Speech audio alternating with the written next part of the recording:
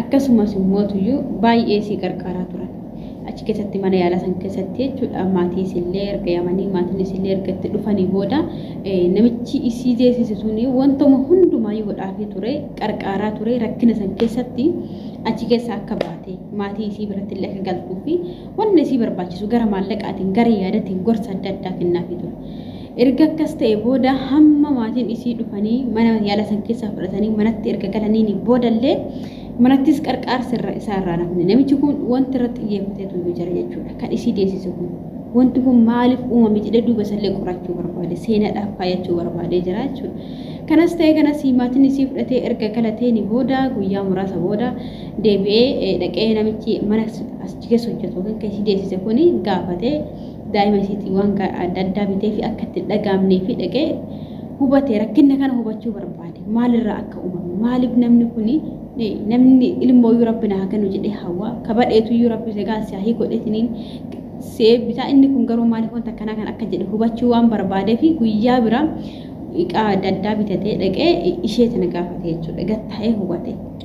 Namichi keessa hojjetu kuni erga gattaa'ee rakkina jiru hundumaayyuu erga hubatee ishee illee waa hunda itti himtee booda achi as deebi'ee namichi nuti namichi hojjetaa mana achi keessa dalaguutte jechuudha suma wajjin asa ayizoos jabaadhu si wajjin jirraa jedhee isillee jajjabeessee biraa deeme hojjetan achi keessaa kuni erga achi deeme namichi kanatti namicha abbaa qabeenyaa yookiin immoo abbaa akimbeetii mana yaalicha saniitti erga himee seenaa akkana dubartiin takka mana yaalaa kana keessatti deettee wanta akkasiisu isii mudate wanta akkanaatu jira dheetti namichi abbaan qabeenyicha kana yookiin immoo abbaan hakimii kana mana hakima kana erga seenaa kana dhagaayee booda maaloo isii bira nageessin jedheen maatii isii bira nageessin jedheen isii dhawwannu qonnamsiisin jedheen hojjetaa isaa kana doktoricha mana yaalaa kana keessa hojjetu jechuudha walumaa galatti kan isii deessise kanaani na fidii bira erga akkas jedhanii booda hayyeedhee guyyaa biraa qaxarichi erga guyyaan ka'ee booda fudhatanii jarri kun lamaanii mana isiitti deemanii mana intalatti kanatti deemanii abbaanii hakimicha saniitii fi doktorri gaasan isii deessisee isii bira deeman seenicha kana qoratee erga hubatee isiinis nama obsa qabu ta'uu wanti kun hunduu irra ga'ee dandamattee ilmoo isii guddifachaa jiraachuu guyyaan kun darbeera akkasuma waggaa tokko waggaa lama ga'eera dandamattee ilmoo isii guddifachaa maatii isaa biratti isii biratti deebitee akka jabaattee jiraachaa jirtu hunduma isaa erga hubatee booda nama murtiif naa ta'u jedhee gaafate gaafii warra gaafate jechuudha warra kadhachuutti hin deemu. Intala keessan naa kennaadhee seenaa isii erga hubatee booda gaafatee maatiin isillee rakkoo tokko hin qabu jedhanii ammas deebi'anii abbaa mana hakimaa kanatti gurguranii jechuudha intala kana. Gaa'ela wajjin ijaarratanii jechuudha gara biraatiin gurguratu jechuun akka afaan erga walii galtee uumanii abbaa mana yaalaa kana wajjin bultii ijaarratanii booda qabeenya isii kan duraanii kan abbaa warraa isii abbaan daa'ima yookiin intala sanii gaafa isii gallakkisu kenneef mana jira mana san hundumaayyuu waan qabdurraa gara mana madarasaa yookiin immoo madarasaa mana quraanaa keessatti qara'an taasistee darasoota akkasumas keessatti qarqaara hoteela keessa bantee yatiima gara tokkoon keessatti qarqaara gara tokkoon immoo tuyyu darasaa keessatti qaraasisaa wanta akkasanii hojjechuu eegalte jechuudha. Namicha ammoo wajjin bultii ijaarratan kuni kalammataa kuni turtii guyyaan guyyaatti kennaatidha kan deemu turtii waggaa tokko lama sadii akkas booda ilmoo dhiiraa lama irraa argate jechuudha. Gaafa ilmoo dhiiraa lama irraa argatu kana mucattiin gaafa duraa sunis guddattee yuunivarsiitii jirti. Ijoolleen dhiiraa lamaan kunniinis gaafa guddatanii fi akka carraa ta'ee guyyaa tokko namichi tokko dhufeetti. Jaarsa baay'ee dulloomedha uffata isaan hin malle uffateedha yoo isin jedhu baay'ee jaarsa hiyyoomee fi dulloomaadhaan isa umri isaa lachi deemee jira dhufee balbalarra ga'ee balbalatti dhadhe gaafa balbalatti dhadhamu akka namee bishaan naa kennaadha waan nyaadhu naa kennaadha gaafate yoo inni gaafii akkanaa gaafatu baay'ee rifatte jaartiin tun asii gadi baatee amma isinis ilmoo lama dhiira akkuma isin jedhe horattee jirti mucayyoo isinis barattee bakka guddaa geettee jirti. Yoo asii gadi baatu baay'ee rifatte waan addaa waan isin hin yaadinii fi waan isin hin taas jettee hin yaadne tokko isin mudate gaafa gadi baatu yoo gadi baatu baay'ee argitu maaltu isin mudate yoo jettanii jaarsicha kana agarte maal taate jetteeni akkanatti ilmaan tokko hin qabu ilma intalas ilma dhiiras hin qabu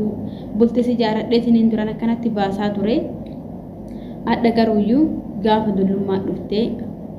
ani of danda'uu dhabu kanatti qabeenya kiyya keessa warri ollaa warri biraa baasanii na ari'an. Baasanii na ari'anii kararratti dhadhaabachuu eegalee kararra buluu eegalee kan duraanii viillaa fi mana guddaa keessa galu akkana karra buluu eegalee hayyee na beektee jirtaa ammattee gaafattee jechuudha. Isiin tuni beeka haadha manaa isaa ka duraaniiti. Jaarsi haadha dhufee balbala isii dhaabatu kun immoo jaarsi isii ka duraaniiti ka isii hiikasanidha. Subhaanallah. Na beektee jirtaan haadha manaa kee ka duraaniiti barkaa akkanatti intala dubartii andee jennaan hospitaala keessatti nagattee biraa deemsisantu bara anaa jettee jechuudha. Yookaan argu baay'ee rifate baay'ee boo'ee baay'ee gadde jechuudha. Baay'ee ofitti gadde. Walumaa galatti hin boo'iniiti ka'ii maaltu si mudateettee maal taate jettee ammallee deebitee sin qabatu kanaadha akkasiin ari'an jedheeni bakka hiyyaadini assaabini ana soorataa nasi danda'a jetteen. Walumaa galatti gaafa kana maal jedhee gaafa dhiifama naa kuni jazaadhuma ankaleessa siifi dubartoota kaawwan irratti raawwadhe santuyyuu hardhanaaf kafalame jedhee dhiifame isii gaafatee ilmoon isallee guddattee jirti ergas argitee itti himte haati isaa kinoo kun abbaa keeti jetteeni abbaa isiitti maramtee gammaddee abbaan isiitis hedduu gammadee amshiir abbaa koo jettee guyyaa sanarra natu siif jira natu si nyaachisaa natu si qubaasa teettee nyaatta jetteeni abbaki sun akkasiini akirri isaa duniyaan immoo fixeensa ganamaa ta'u jechuudha. Duniyaa fixeensa ganamaa akka taate innis hubatee rakkina isallee hanqina isallee jazalleen akka addunyaa maratti osoo oolteen buniin jazaan akka kafalamte waa hunduma isaatu yoo hubatee dhiifama gaafatee jaartisa wajjin jiraachuu eegalee jireenya jechuun jireenya gaarii isin bultii biraa jaarrattee jirti achumatti jireenya gaarii jiraachuu eegalee intali sun guddattee heerumte tagaafsanii intala maaliif naadde sedheetiin hin gallakkisee suni bakka gaarii dhaabatte isas qarqaru isas danda'u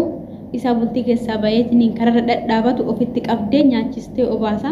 bultii jireenya gaarii jiraachuu eegalee jechuudha. Egaa hordoftoota fi daawwattoota kiyya viidiyoo kanarraa dhugaa dubbachuudhaaf akka gaariitti waa baay'ee hubattan waa baay'ee barattan jedhee yaada. Xiyyeeffannoon kenna gisee ammaa kana keessatti maal irratti xiyyeeffanna? Maal irrattidha kan nuti hundoofneetiin bultii ijaarrannu? Maal irratti fuuna maal irratti xiyyeeffanneetiin dubartii takka gabbaanee fuuna maal irratti xiyyeeffanneetiin dhiira tokko gabbaanee heeru abbaa haati kennoo maal irratti xiyyeeffatanii nu gurguran ka dura hiyyeessaa waan qabne biyya jiru nu kennanii tujjaarra tokko biyya biraatirraa dhufe san dhiisaniitiin tujjaarra kanaa nu kennaa hin jiran waa hedduu jira. Xiyyeeffannoon garuu irra caalaan garuu wanti nu beekuu qabnu maallaqa irratti osoo hin taane hiyyummaa maallaqaa osoo hin taane hiyyummaa sammuu osoo hin taane hiyyummaa qabeenya maallaqaa osoo hin taane qabeenya sammuu irratti xiyyeeffachuu qabna. Duraan dursee namni kun bultiif naa ta'a maatii kiyyaaf naaf ta'a boruuf naaf ta'a jennee isa laaluu qabna. Innis immoo intalli kun boruuf naa taati maatiin isii akka jennee xiyyeeffannoo kanarra godhuu qabna malee maallaqa irratti miti. Keessattuu yeroo ammaa keenya keessa kanatti dhugaa rabbi dubbachuudhaaf xiyyeeffannoo ilma namaa xiyyeeffannoo dhiiraaf dubartillee hundumni keenya akkuma beeknutti maallaqa irratti malee tasuma namni nama fudhatanii jira muraasa yoo ta'es hin jiru jechuu baadhu garuu paarsantii dhibba keessaa paarsantiin inni guddaan maallaqa irratti xiyyeeffannee jedhe kan wal fuudhaa jirru maallaqa irratti xiyyeeffannee jedhe kan itti heerumaa jiru yoo inni makiinaa hin qabaatin yoo inni mana hin qabaatin yoo inni akkas hin qabaatin dhiirri soo shamarri takka biyyaa baatee biyya ormaa jirti gaafa jedhani mana ijaarrattee jirti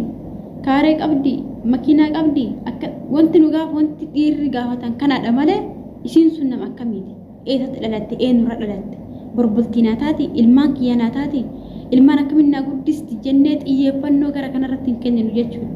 Kanaafuu wanti nuti irratti xiyyeeffachuu qabnu silaa osoo danda'ame namummaa namaatii namummaa isaatii namummaa isiitii akkasiin isiniin jedhaa wanta kana bultii jechuun jireenya jechuun baay'ee ulfaata. Erga dhaabdee booda diiguun baay'ee namatti ulfaata.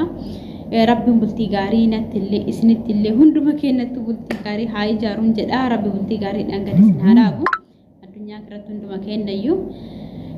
xiyyeeffannoo keenya gara maallaqaa osoo hin taane gara namummaa haa deebisnu isiniin jedha. Mudannoo kanarraa immoo akiidi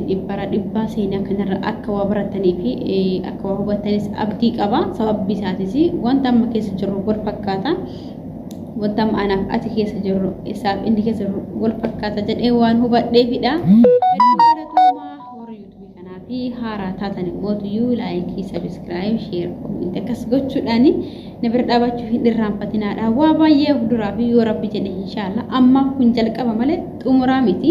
Waa baay'ee irratti hojjechuudhaaf ta'a. yoo isin bira dhaabattan yoo isin jajjabeessitan yoo isin jabaadhu si wajjin jirra naan jettanii waa baay'ee irratti hojjechuuf hantaa akka waayoo baay'ee hojjedhu isin mootu abdiin qaba kanaaf wal bira dhaabadhaa isin jechuun barbaada wal bira dhaabachuu wal jajjabeessuun nu haa baratu galatooma ulfaadhaa wanta hanga xumuratan dhageeffataniif turtii gaarii hamma viidiyoo biraatiin walitti deemnutti galatooma